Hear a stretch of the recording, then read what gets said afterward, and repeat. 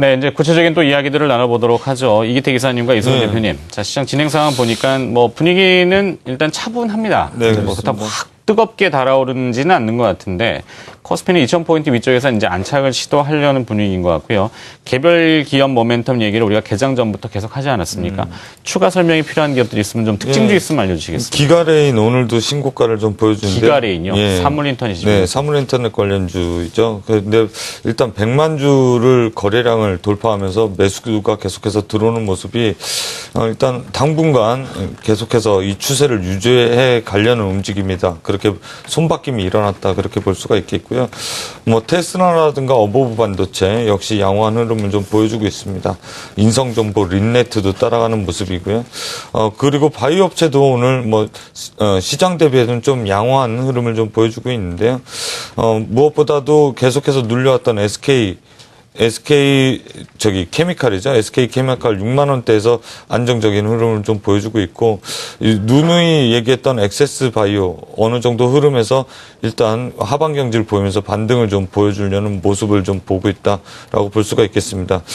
그다음에 해성옵틱스라고 해서 휴대폰 부품주죠. 카메라 모듈 만드는 업체인데 휴대폰 부품주에서도 신고가 갱신하는 업체가 있다. 그렇게 볼 수가 있겠습니다.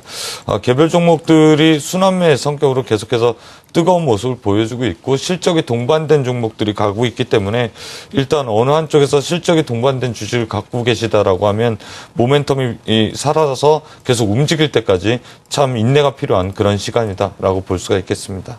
네.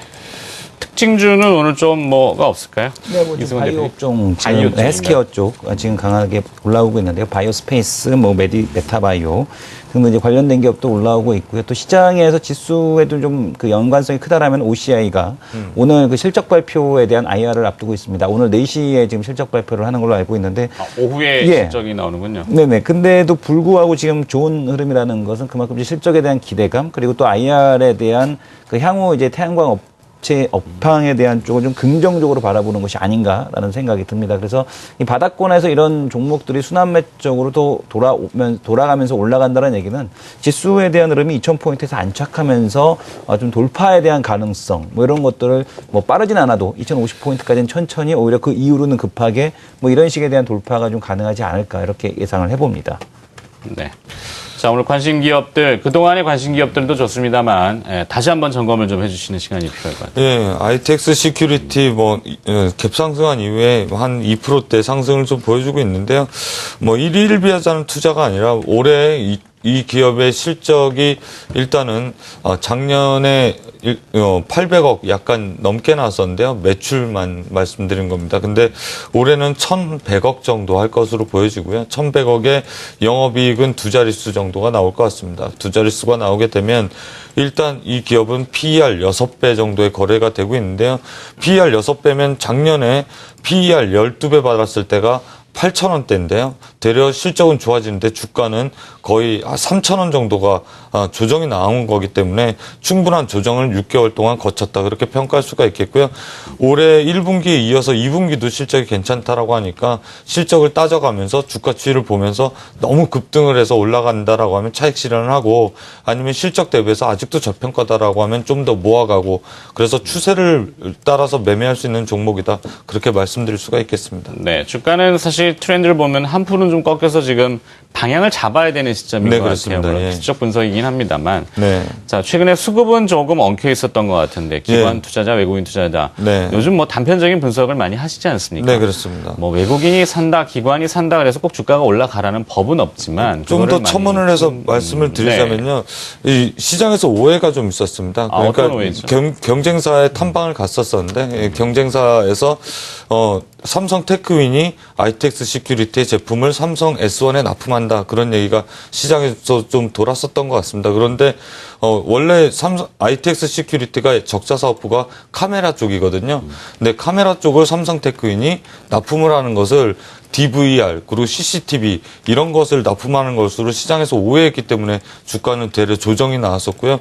회사는 강력 부인하고 있거든요. 카메라 모듈은 되려 적자이기 때문에 그쪽을 삼성테크윈이 갖고 가면 자기네들은 더 나은 실적을 보여줄 수 있기 때문에 되려 호재고 그렇게 되는 진행 상황은 체크를 해봐야 되는 상황이다라고 회사에서는 얘기하고 있기 때문에 일단 그게 1분기 실적에서 어떻게 반영되는지는 좀 살펴볼 필요성이 있다 그렇게 볼 수가 있겠습니다.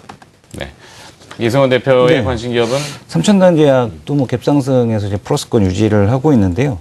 지금 그 삼천단제약 같은 경우도 황사에 대한 계절성 그런 기업이 아니라 이제 앞으로 계속해서 10년간 향후 10년간 우리 그때를 생각을 하시면 될 것 같습니다. 그러니까 88년도 이후 정말 공기가 좋아지기 전 그 과정까지는 약 10년에 대한 기간이 걸렸는데 그만큼 중국도 지금 뭐 올해 한시적으로 중국 화학 공장에 대한 가동을 베이징 지역에 대한 화학 공장 가동 중지를 하고 있습니다만은 앞으로 정말 공기가 좋아지기 위해서는 시간에 대한 쪽이 필요하다. 그 사이에 계속해서 날라오는 미세먼지를 고려한다라면 삼천단제약에 대한 매출액에 대한 증가, 장기적인 증가세가 기대가 된다라는 말씀을 드리겠고 뭐 단기적인 요소로 좀 본다라면은 300억 정도에 대한 현금을 보유하고 있습니다. DHP 코리아를 스펙을 통해서 상장을 시키면서 300억에 대한 현금을 좀 보유하고 있어서 역시 이것도 지금 삼천단제약에 대한 가치를 높이는 요인 중에 하나다라는 말씀을 드리겠습니다. 네.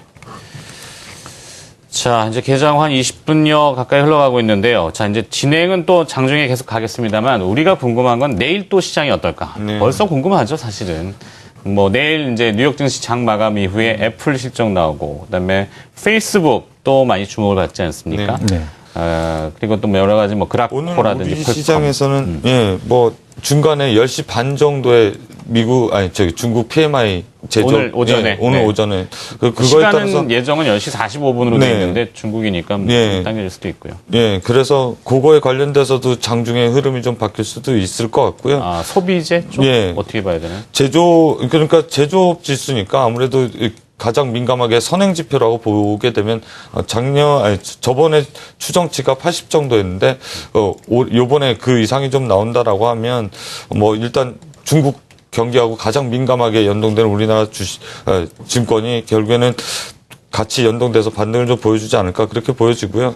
그 외에 뭐 아까 전에 신고가 말씀하셨을 때 이승원 대표께서 얘기했던 경인양행이라든가 그런 게 결국에는 중국의 화학업체들이 생산을 중단하면서 반사이익을 받는 그런 것들이기 때문에 그런 종목들이 이번에도 신고가 랠리를 펼치는 타당한 논리가 되지 않을까 그렇게 보여집니다. 네. 자, 삼성중공업과 관련된 이야기가 조금 있습니다. 주가가 오늘 2.73% 조정을 받고 있고 아침에 개파락이라는 것을 해서 출발하고 있는데요. 시장에서는 1조 손실 이야기가 있습니다. 이 관련 네네. 내용이 혹시 있으면 이승원 대표가 좀 정리 좀 해주세요. 네, 일단은 지금 삼성중공업에서 1조 손실에 대한 얘기가 나오고 있는데요. 새로운 내용은 예. 아니다라고 하는데. 네. 기존에 이제 2개월 전부터 시장이 떠돌던 내용으로서 새로운 시장에 대한 내용은 좀 아니다라는 얘기를 하고 있고요. 그리고 공사 손실 충당금에 대한 쪽을 적립을 이미 지금 하고 있기 때문에 대규모 손실 인식 가능성에 대한 쪽은 좀 낮다라고 보셔야 될 것 같고 이 조선주 업황에 대한 쪽은 좀 이렇게 보셔야 될 것 같습니다. 지금 지금 유럽 시장에서 경기 부양책에 대한 얘기도 나오고 있고 양적 완화에 대한 얘기가 뭐 5월 달부터 진행이 될 거다 안 될 거다. 그리고 또 일부 또 그 22 위원들이 추가적으로 그 금리에 대한 인하 여력이 있다는 얘기가 나옴에도 불구하고 지금 그 보게 되면은 조선주가 좋지 않은데 그 이유는 일단은 그 외부적인 환경보다는 정치적인 이슈. 지금 그 정몽준 그 회장의 지금 뭐 의원의 지금 그 출마와 관련돼서 현대중공업에 대한 주식 처분에 대한 얘기를 놓고 나서 지금 왈가왈부하고 있죠. 그래서 대우조선과 삼성중공업이 혼자 이렇게 올라가기에도 환경이 좀 녹록지 않은 그런 상황이기 때문에 대장주인 현대중공업이 움직일 때 같이 움직인다라고 보셔도 될 것 같고 오히려 지방선거 이후에 뭐 조선주에 대한 방향성이 좀 더 정해진다. 그래서 조선주를 보유하고 계시는 분들이라면 지금 자리에서 매도는 별로 그렇게 크게 의미가 없는 것 같고 오히려 좀 한 달 정도는 좀 시간이 소요된다라고 보시면서 좀 보시는 게 좋을 것 같고 뭐 정몽준 의원의 지금 당락 영향에 따라서 또 추가적인 방향성이 결정이 된다라고 보셔야 될 것 같습니다. 네. 정치적인 이슈는 저희가 뭐 다룰 문제는 아닌 것 같고요. 삼성중공업과 관련된 1조 손실 보도 얘기 한국증권의 박민 애널리스트가 리포트를 쪽지로 내놨는데요. 대규모의 코스트 오버런, 그러니까 비용 충당이 있지는 않을 가능성이 낮다라고 평가를 하고 있습니다. 예, 삼성중공업 얘기를 잠깐 좀 들려봤습니다. 뭐 추가로 하신 말씀 있으십니까? 네, 아닙니다. 없습니까? 오늘 전기차 업종 전기차? 테슬라 모터스가 6%대 상승하면서 뭐 성창 네. 오토텍 그리고 우리 산업도 동반해서 상승하는 모습을 좀 보여주고 있다. 마지막 첨언을. 알겠습니다. 어제 테슬라 모터스가 6% 후반, 거의 네. 7% 가까운 상승세를 보였죠. 네. 자, 내일 시장 또 형상을 보면서 내일은 또 내일 걸 다루도록 하죠. 미리미리 좀 엿보게 됐습니다만 두 분은 여기서 마무리하도록 하겠습니다. 하이투자증권 금융센터 이기택 이사, 트리플 플러스 이승원 대표였습니다. 고맙습니다.